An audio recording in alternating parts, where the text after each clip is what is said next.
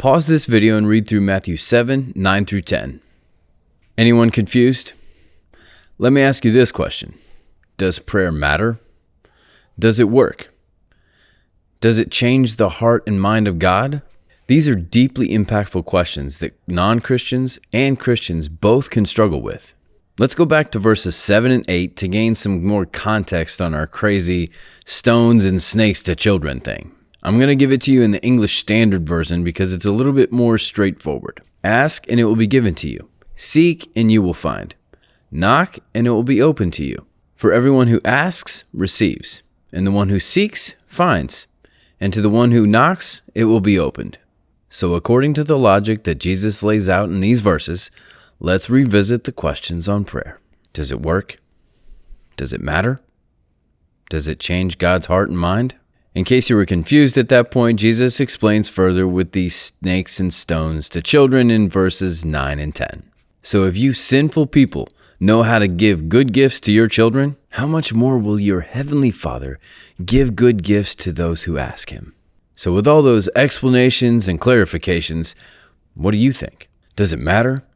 Does it change God's heart? Is it a human construct meant to give false hope and security? Comment if you think prayer works or not. Post a video response to give us your thoughts. I dare you. So what does this reveal to us about God?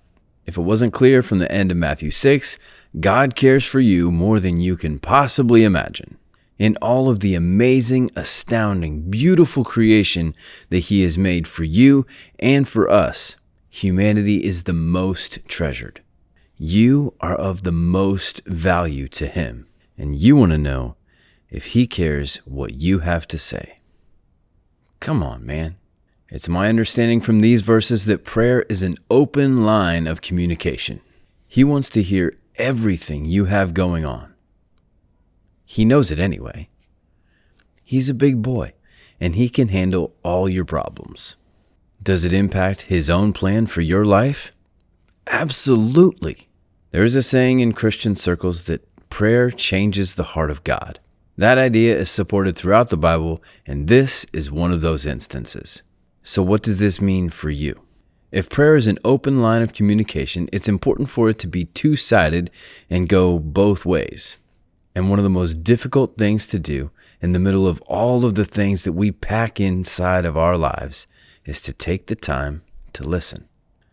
But this is such a valuable prayer practice. Here are the 3 most helpful tips. Have a notebook sitting by you so that you can write down anything that distracts you. Write it down, worry about it later. But also, write down anything that you feel like God is speaking to you. Don't feel like you need to say anything, whether it's out loud or in your head. Clear your mind so you can listen. This is where the notebook is handy. Embrace the awkward and let it happen. The last thing is to repeat the first 2 steps as much and as often as possible. The more you do something, the better you'll be at it. Practice does not make perfect, but practice does make permanent.